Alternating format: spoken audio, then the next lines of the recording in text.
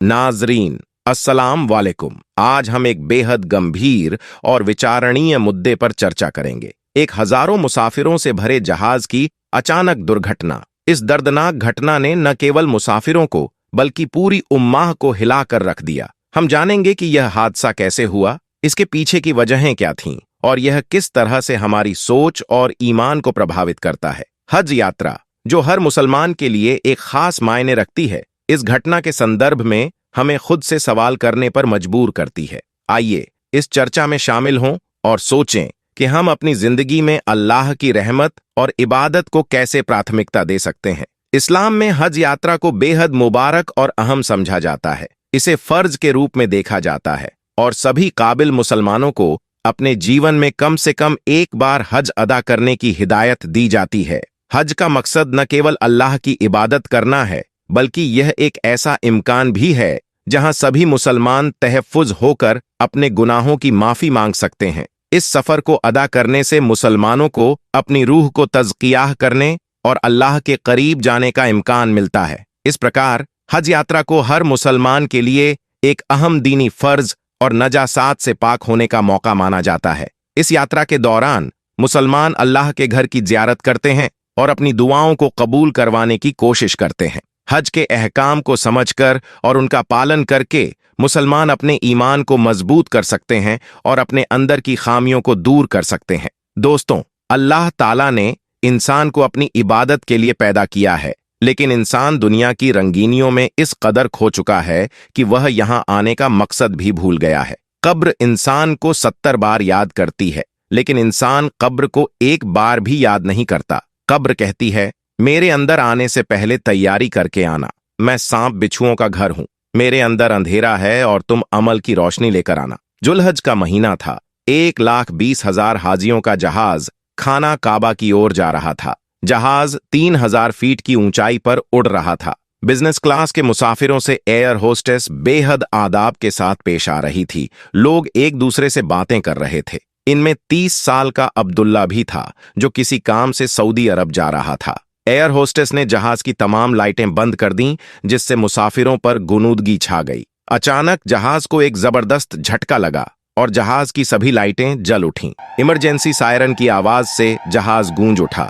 तमाम लोग परेशान होकर एक दूसरे की तरफ देखने लगे। आखिर यह झटका किस वजह से आया? सभी एयर होस्टेस से पूछने लगे, क्या हुआ, हमें कुछ तो बताएं। एयर होस्टेस ने कहा, मैं कप्तान से संपर्क में हूं, वह जल्द ही हमें बताएंगे कि जहाज के साथ क्या हुआ है।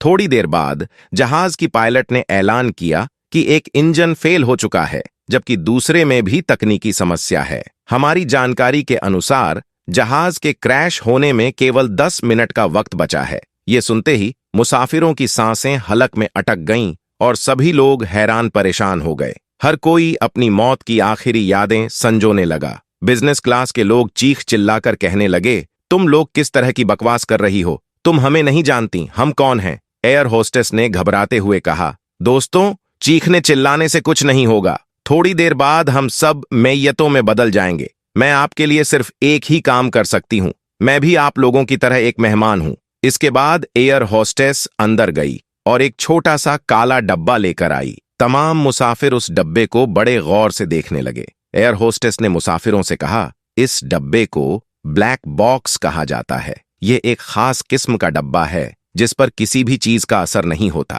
अगर आप अपने किसी दोस्त, घर वालों या किसी को कोई पैगाम भेजना चाहते हैं तो एक कागज पर लिखकर इस डब्बे में डाल दें। जब जहाज के मलबे से यह ब्लैक बॉक्स मिलेगा तो आपके घर वालों और रिश्तेदारों तक आपका आखिरी पैगाम पहुंच जाएगा। इसके बाद एयर होस्टेस ने मुसाफिरों को कागज और कलम दिए। उनमें से एक मुसाफिर ने लिखा, मेरी बेटी, माफ कर देना, मैं सारी उम्र तुम्हें दुनिया की तालीम देता रहा, जबकि तुम्हें कुरान और दीन की तालीम ना दी। जवान अब्दुल्ला फूट फूट कर रोने लगा। उसके हाथ कांप रहे थे। उसने अपने आंसू पोंछे और फिर लिखने लगा, ए मेरे प्यारे रब, तू सारे जहानों का मालिक है, मैं सिर्फ तुझे खत लिखना चाहता हूँ। हमारी मौत का वक्त बहुत करीब है। या अल्लाह, इस दुनिया का रस्म और रिवाज है, जब कोई छोटा किसी बड़े के पास जाता है तो उसके लिए तोहफा कोई नजराना लेकर जाता है। या अल्लाह, आप बेनियाज है, आप सारी दुनिया को रिज्क देते हैं, आपको किसी भी तोहफे की कोई जरूरत नहीं, मगर मैं बंदा होने की वजह से कुछ तो जरूर पेश करूंगा। अगर मैं अपनी जिंदगी के 30 साल पर गौर करता हूं तो मुझे कोई भी ऐसी चीज नजर नहीं आती जो मैं आपको पेश करूं। या अल्लाह, सारी जिंदगी तेरी नाफरमानियां करते ही गुजार दी। मेरे दिल में यह ख्याल हमेशा आता कि अल्लाह के आगे जो सजदे की हालत में मान ले, वही तू रब है जिसने तुम्हें पैदा किया, तुझे जिंदगी भर रिज्क अता की, यहां तक कि मां के पेट में भी देखभाल की जो नेमतें सारी उम्र तूने सारी अता की, उसका शुक्र अदा करता हूं। ये तमाम बातें मेरे जहन में आती, मगर मैं शैतान के बहकावे में आकर फिर तुझसे गाफिल हो जाता। मेरे रब, मेरी नमाज, रोजा, हज, कोई भी चीज इस काबिल नहीं कि तेरे सामने पेश कर सकूं। मैंने सारी जिंदगी लापरवाही में गुजार दी। मैं अपनी जिंदगी के 30 साल सोता ही रहा। जब जाग आई तो मौत का वक्त बहुत करीब है। जिंदगी के 18 साल पढ़ने में गुजार दिए, जबकि 8 साल रोजी रोटी के लिए एक जगह से दूसरी जगह जाता रहा। कभी किसी की गैबत करता रहा, कभी दुनिया के मफाद के लिए झूठ बोलता रहा। मैं आगे बढ़ने के चक्कर में पीछे की तमाम जिंदगी को भूल गया। कभी ना सोचा कि तेरे साथ क्या ताल्लुक बनाया। सारी उम्र 5 वक्त की नमाज अदा ना की, तेरे हुक्म के आगे हार ना मानी। या अल्लाह, तू मुझे जहन्नम की आग से बचा ले। जो लम्हात तेरे जिक्र में गुजारने चाहिए थे वह टीवी, ड्रामा, फिल्मों और खेल कूद में गुजार दिए। जो तेरी याद में गुजारने चाहिए थे वह सारी रात सोशल मीडिया को देखते हुए गुजर गए। जो वक्त मुझे कुरान मजीद को समझने में गुजारने चाहिए था वह मैंने मोबाइल पर गेम खेलते हुए गुजार दिया। या अल्लाह, सारी दुनिया तेरी इबादत करती है, उनके लब्बों से तेरा ही नाम जारी होता है, मगर मैं किस कदर बदनसीब हूं जो तेरी हदूद को करार करता रहा। मुझे इस बात का यकीन है यह जहाज पर जो भी आफत आई वह मेरी वजह से आई होगी, क्योंकि मेरे गुनाह सारी दुनिया के गुनाहों से ज्यादा है।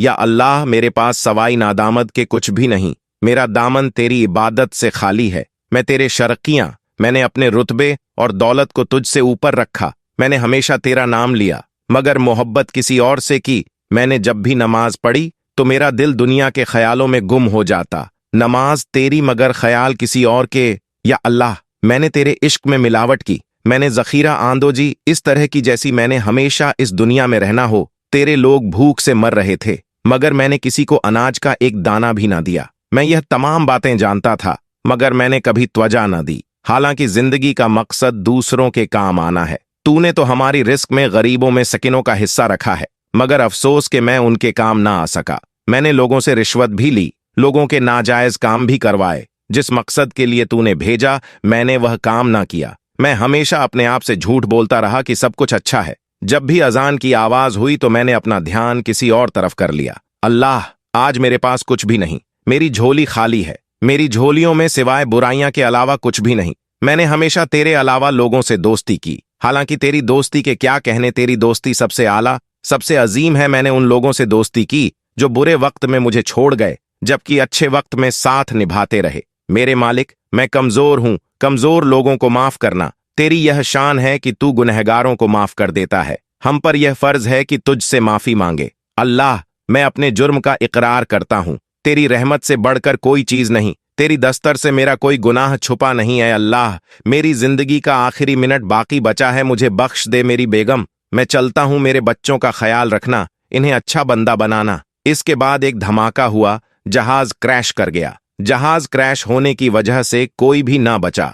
दोस्तों, मैं और तुम आखिरी खत लिखने से पहले अल्लाह से माफी मांग लें। आज हमारे पास वक्त भी है, जिंदगी भी है। अल्लाह ताला ने तंदुरुस्ती और हर नेम से नवाजा, लिहाजा है हमें चाहिए कि हम अल्लाह के बन जाएं। अगर हम लोग अल्लाह के बन गए तो हमारी दुनिया और आखिरत स्वर जाएगी। यह ना हो कि एक दिन हम कब्र की अंधेरी कोठरी में हो, फिर वहां पछतावे के अलावा कुछ भी नहीं होगा। दोस्तों, हमें हमेशा याद रखना चाहिए कि अल्लाह के सामने सजदा करना और अपने गुनाहों की माफी मांगना हमारे लिए बेहद आवश्यक है।